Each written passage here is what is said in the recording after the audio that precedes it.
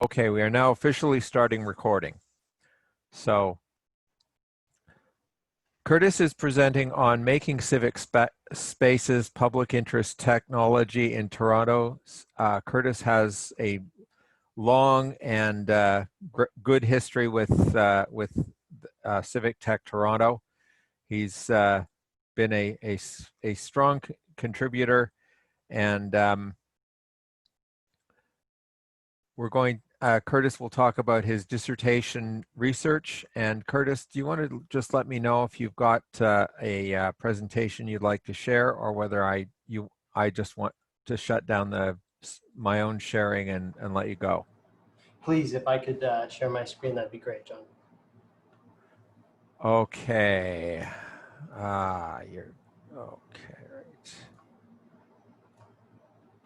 And that should work. Does that look good for everybody? Yep, that works. Okay, at least it great. works for me. Well, then if it works for you, it should probably be working for everybody. But if not, feel free to drop something in the chat. I'm just going to make sure I close all these little adjacent windows because I'm never sure what y'all can see and what only I can see. But I'm going to leave the chat open just in case. So thanks for being here tonight. Today, I'd just like to kind of present some of the research that I consider in progress.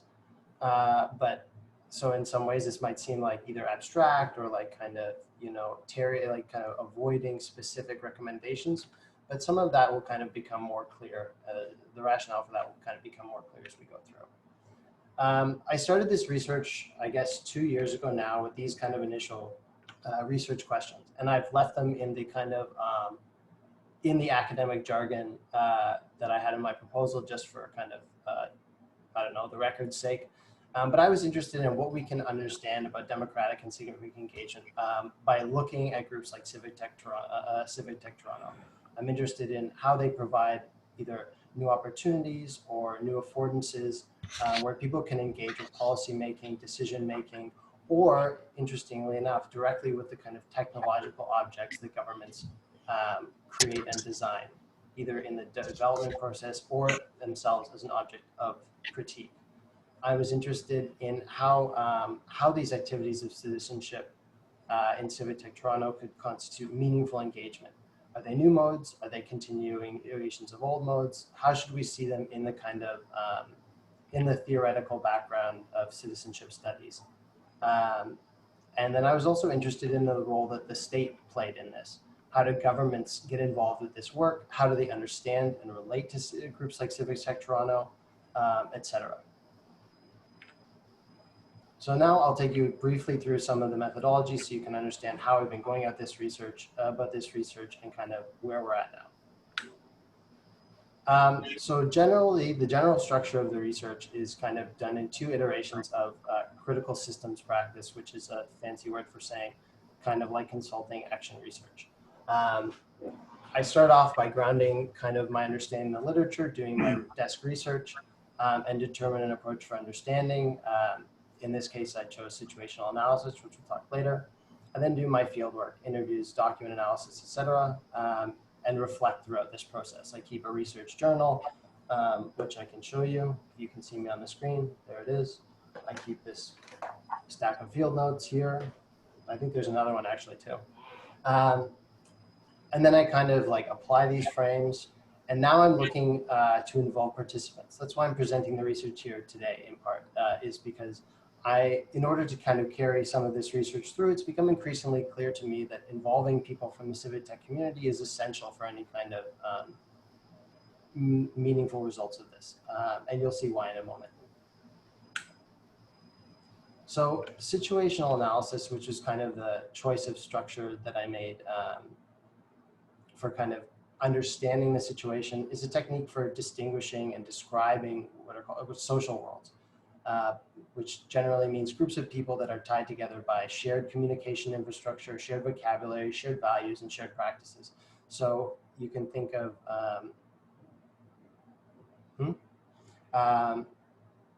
so we can think of this in terms of like a network of different groups that are approaching different issues with different techniques and things like that. And I was very interested in how Civic Tech fit into that, Civic Tech being Civic Tech Toronto specifically, fit into that in kind of Toronto as a kind of like larger ecosystem. This has been really essential for me in terms of pushing the boundaries of the research to examine not only how Civic Tech Toronto defines and understands itself, but how it can be related to all the other groups in the kind of larger social arenas of Toronto. And in this way, we can kind of talk about and distinguish different groups based on their positions, their ways of acting, and their worldviews. And to do this, I've been doing interviews. I've been talking to people from different groups. I've been trying to like collect all these different kind of groups and really interrogating concepts like what is civics, what's technology, and who fits into this. And we'll talk more about that in a little bit later. Within systems thinking, which is kind of like one of the larger disciplines that I often work within, action research is a practice of doing research by becoming involved in a situation to understand it. It means the researcher becomes implicated in the situation and maybe helps to improve or change it. I come at this as a researcher with concepts from the literature, then I try to make them productive in a situation. So really what you have is, when people ask me about it, I kind of use it as like, it's kind of like an analog to consultation, although the exit strategy is much clearer. Academics generally want to study something, make a helpful contribution, but they don't want to become, that relationship to become one of dependency or authority. So in this case here, I'm becoming involved in civic tech I've been doing organizing work for the past year, which means I've been going to all the organizing meetings. I've tried to help people with all the different projects and stuff. I've tried to contribute my opinions and advice based on wherever I can. And I really think Civic Tech Toronto and Civic Tech maybe more generally is like a very, very interesting space for action research for academics, and maybe even what we call participatory action research, although that will kind of depend on a lot of ways that you understand those terminologies and how they differ. For one, like Civic Tech is an extremely like consensual space where in order to do something, you not only need to have the will to do it yourself, but you also need to constantly be appealing to and enlisting other members of the community in order to legitimate that activity. So as a researcher, I can't simply come in and describe Civic Tech in a way that kind of just, puts it in a bunch of boxes and then leave as if I've done some kind of ethnography. In order for me to engage in Civic Tech with Civic Tech Toronto on its own terms, that means like kind of taking part in the work and like really getting myself involved. This, of course, is like messy from a research standpoint, and it means that a lot of the research is autoethnographic. It relies upon me reporting kind of my experiences in the situations, using my personal experience as a way to understand kind of theoretical concepts, and like really kind of having a stake in Civic Tech Toronto, which I do. I've been coming to Civic Tech Toronto for 5 years on and off, and the reason that I chose it as the kind of center for my research is because it was a community that I felt there was a place for me in, and I felt that I could contribute to. So now we'll talk about some of the kind of emergent research themes that have come up. And these are avenues that I'm interested in exploring. These are kind of preliminary sort of findings that I've been kind of uncovering, and they're kind of topics that I think would be interesting to talk about with you all at a later date or in an ongoing more kind of structured thing. So first I'll talk about situational analysis here. At the outset, I was really interested in the relationship between Civic Tech Toronto and public institutions, especially the relationship between public servants who frequently cross the boundary into like kind of community organizing activities through Civic Tech Toronto, and those kind of like those interactions between public servants and just quote unquote citizens or residents or whatever you want to call them. And that's still a very interesting focus, but it's kind of as I've kind of gotten into it, I forced myself to kind of reflect on my boundaries and wonder how we consider civic tech to be a discrete kind of area. I mean, historically, and I think we can most readily relate civic tech to Civic Tech Toronto, to social worlds like GovTech or community technology, but it's not really situated in either. GovTech generally relies, or the terminology GovTech usually signifies more concrete relationships with government services, more kind of business to business level interactions between like clients and vendors. while community technology often has a kind of more narrow mission or issue-based scope, or is kind of like a more, it's generally a more like tight project. There's a lot of institutions and groups like this in Toronto. And as I've been kind of learning more, I've been kind of really challenged to say like, what makes Civic Tech different? And in a way, I have to say like, it's partially like, not only is it my own experience with the organization, but it's also just simply the fact that like, it's just this one thing. There's a lot of other things that we could actually consider within the kind of greater ecosystem of civic tech, because civic issues are all over the place, and technology is ubiquitous. It's even if technology development isn't a key focus for an organization, it's almost totally essential or instrumental to its delivery on its mission. And as early as 2015, people were kind of raising these kind of questions as to how civic tech is distinguishable from community organizing as such. That being said, Civic Tech Toronto has like a kind of pretty broad range of influences from Code for America in terms of like the way that it's conceived of projects and interventions, the Chicago Hacknights in terms of its like structure for Hacknights and organizing, GovZero from Taiwan in terms of its kind of culture of openness and a lot of the kind of ideas around documentation, and Wireless Toronto, which is kind of in one way its successor. And if you want to talk more about the way that Civic Tech Toronto and kind of community internet infrastructure projects in Toronto are related, we can talk about that later too.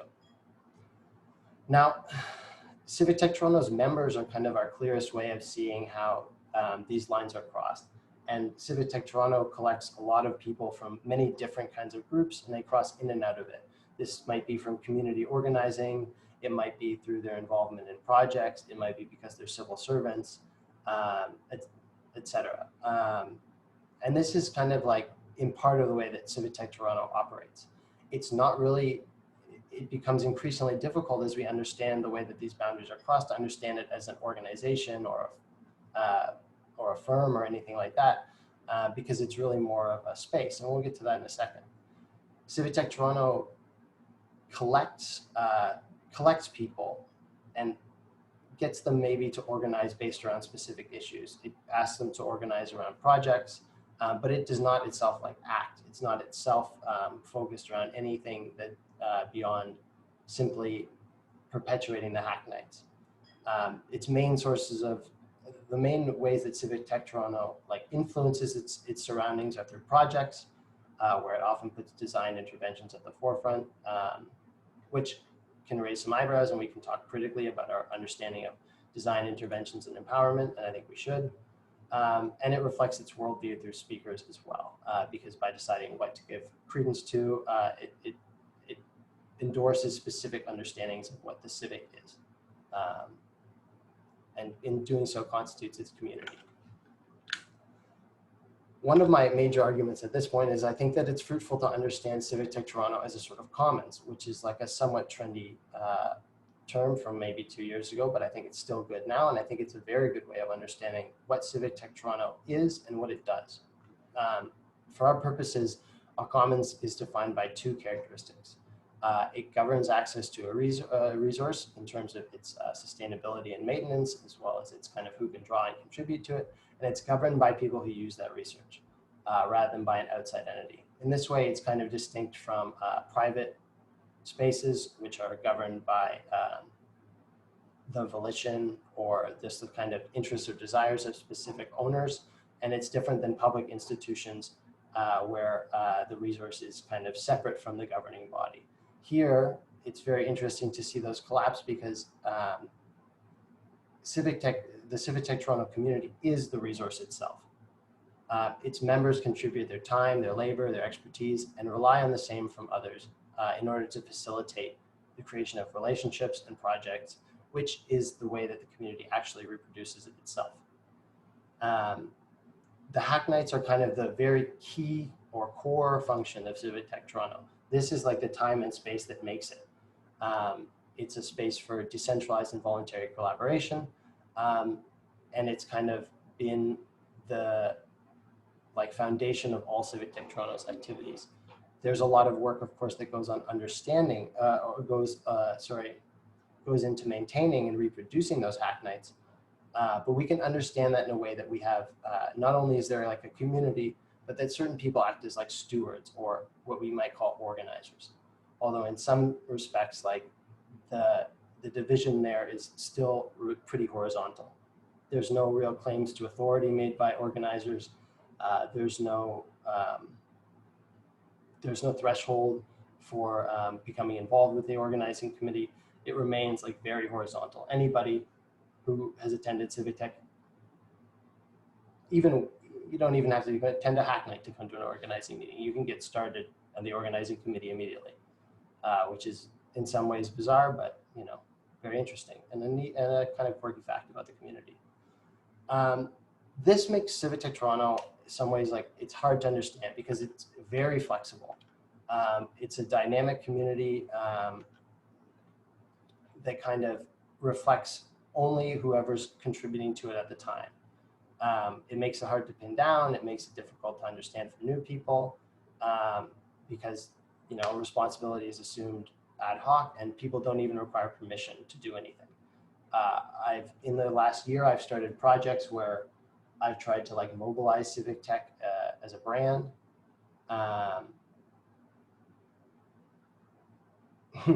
Yeah, Sam's letting you know, join the organizing team. We'll come to that slide again later. Where we sought to leverage Civic Tech Toronto as a brand, and we kind of brought this to the organizing committee. It was like,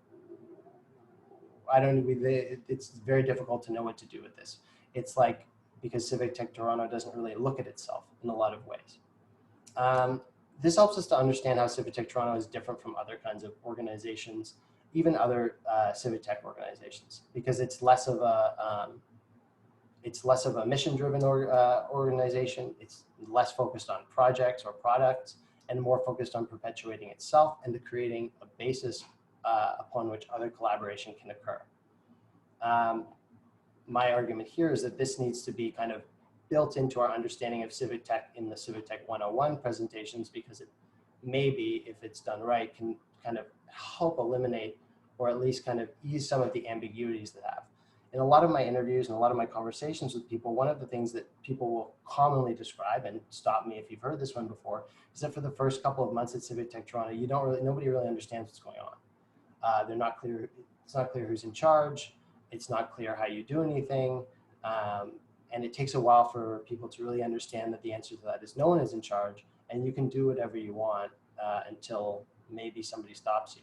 But even stopping somebody from doing something is like very difficult to consider in this kind of situation. So to sum that up, we should consider Civic Tech as a common resource. It's a resource that is the community and is run by the community. And this is what we create. We create a time and space for civic action through the Hacknights in order to allow for an expression or a performance of citizenship that's kind of more tailored to our immediate contemporary situation.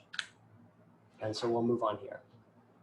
And this kind of citizenship is something that we could call socio-technical. When we call something socio-technical, we want to draw attention to the aspects of it that integrate social relations and technologies. We want to see how these two are kind of like enacted together, and we want to understand citizenship as not necessarily an ideal type or a static concept where citizenship means doing these specific range of actions, but is defined kind of within institutional and technological parameters, so that your opportunities to engage with democracy are kind of defined by the technologies that we can use to either make claims or to advance our critiques, or in some cases to operate autonomously outside of the state. This is, I think, a very interesting potential for civic tech because obviously there's a few different ways that we can approach our interventions. In general, I think it's kind of seen in the literature that people are increasingly capable of engaging with technology, and because they're increasingly capable of engaging with technical elements, they're more legible, they're becoming more and more able to engage with kind of state policy making.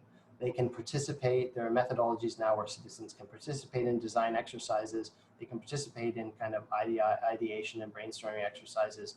And they can participate in the development of technologies all the way through, either because they have expertise or because they have supportive environments in which to do so. And in this sense, Civic Tech Toronto allows or tries to create the opportunity for people to kind of enact their citizenship in a kind of, to use a term from critical making, DIY way, where people take up causes and issues that they're either not uniquely but sort of concerned with, and to elicit cooperation from others in order to make an intervention around that. This means also that Civic Tech is focused around specific kinds of objects, and that citizenship is focused around kinds of specific objects or media. In Civic Tech, this can mean consultations, it means applications, it means data sets. These are technical objects, but the expertise that's in the expertise of the community allows not only those experts to engage with it, but it allows those capacities to be kind of more broadly built within the community. Now, thinking of Civic Tech in this kind of way, by kind of putting it like that, I want to draw our attention to the spaces, relations, and objects that we kind of need to tend to. In some ways, Civic Tech, and I'm struggling for a term, so if anyone has an academic term for this, please let me know, acts as a kind of trading zone between governments and community groups. One of the things we commonly draw attention to at Civic Tech Toronto is the fact that many different people come here from many different circumstances. Either they are public servants, or they might be researchers, or they're simply residents, or they might be involved in community organizing. They might be working in the private sector. Many people come here because they're looking to apply their skills to causes that they might consider more worthy. Many people come here because they want to kind of develop capacities. And all of that kind of mixes in this kind of organized anarchy of decision-making, whereby projects either come out of it or they don't. Now, generally, when I've kind of been looking at how the state has interacted with Civic Tech Toronto, it's often much more informal than I would have understood.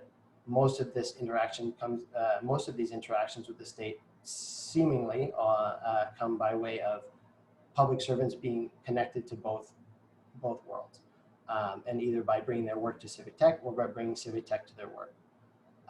More formally, Civic Tech has engaged in the past with specific calls for contributions and consultations, although in general, Civic Tech Toronto isn't really, doesn't have the kind of organizational capacity to be doing that on a regular basis. It's kind of, these are one-offs when people make depositions as they have in the past, or when they respond to a consultation as a group. Otherwise, Civic Tech Toronto's main function as a kind of common space is to provide a resource where people can organize around specific issues in the form of projects. In this, the kind of scope of intervention is a little bit more small, and it can often be disconnected from the realities of democratic policymaking as institutions acknowledge them.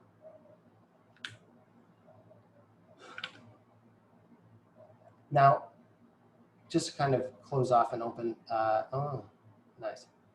Just to kind of draw this into more of a discussion, I want to kind of talk about some of the things that I'm still thinking about actively and looking at kind of exploring through either workshops or more interviews, more conversations, etc. When we talk about civic issues, it's always a concern to me about whose civics we're representing. Because one of the things that I've kind of started to understand as I've been doing more and more situational analysis is that these civic technology issues are everywhere. And by reflecting specific speakers or kind of working on specific projects, we create, we kind of carve out a space. But there's all this kind of work happening all over the place. It's happening in government, it's happening in community organizations, and people have interests in Civic Tech Toronto. Understanding how we relate to these groups is specifically in terms of the state and with other groups is really important, I think, to Civic Tech Toronto's understanding of itself. But this is kind of a very kind of organizationally difficult thing for us. We're very connected to the state. We often legitimate our projects in terms of their uptake by state institutions, although often when things become their own not-for-profits or their own kind of sustainable projects, that's also seen as quite legitimate. But we're also legitimated as a community by our way of like influencing the state or being called upon by the state, which I think in some ways is a little bit counterintuitive because we're not really the kind of organization that can be a partner to the state because we're not legible, we're not static, we're very loosely tied together. A focus on the state there could kind of influence how we understand success, collaboration, and empowerment. There are lots of other groups in Toronto that we could relate to. We have an incredible range of speakers, but that reflect kind of the diversity of work and all the different kinds of civic tech issues that happen in the community. But we don't necessarily have a way to make relationships that are about activities of like co-production.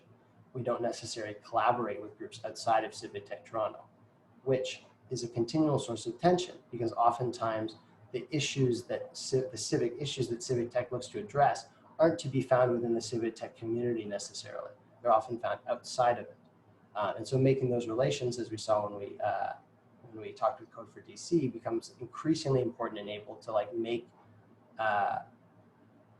kind of concrete interventions and to build a long-term support around projects. Conversely, though, there are probably more opportunities for concrete engagement with the state. And one of the things that I think we should be looking at is opportunities where we can participate as a group in policymaking or governance activities.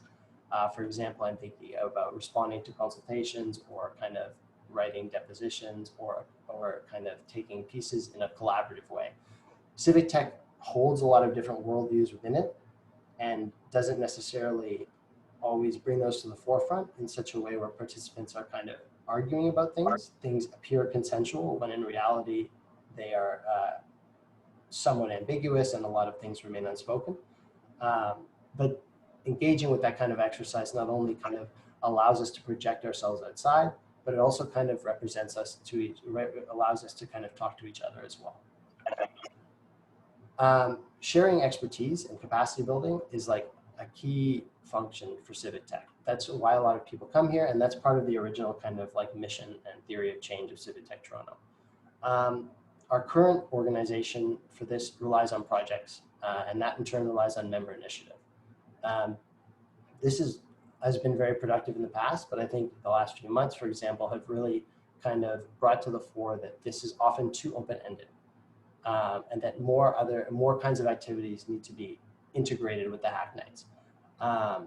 We're now beginning to investigate workshops, which I think is a very productive avenue. And I'd also like to put my personal plug in for the book club. I think we should remove this from being a project and try to figure out a way to make it run every week or every month as a kind of good entry-level way to get involved in the community and to understand more about how we legitimate ourselves and how we kind of talk about the work that we're doing to each other. Social reproduction is also another concern for us. How do we keep making civic tech happen? And so we've been thinking a lot about how we make these resources that we have available, but accessible in terms of transition and transmission. So we don't really have, civic tech doesn't necessarily have an epistemology. It doesn't understand how it makes judgments about what a civic issue is, or what an appropriate intervention is, or how a project should work or what a project should look like. And that open-endedness is often quite productive, but at the same time for other reasons can be somewhat stifling. Thinking about how we deploy those resources in order to like kind of be directed towards our mission statement or whatever you want to call it, which is basically continue to have Hacknights, create a supportive space for projects, build capacity among the community, should be a key focus. At this point in time, I'm gonna thank you for listening and see if you have any questions. I've got a list of selected references if you'd like to consult them at any point in time.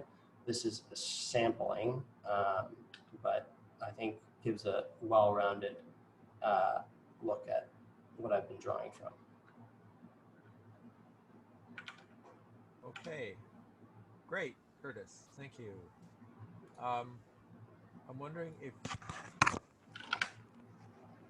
Curtis, I'm wondering if you could drop a copy of that on the a link to a copy of that on the Slack for us, or in some appropriate place.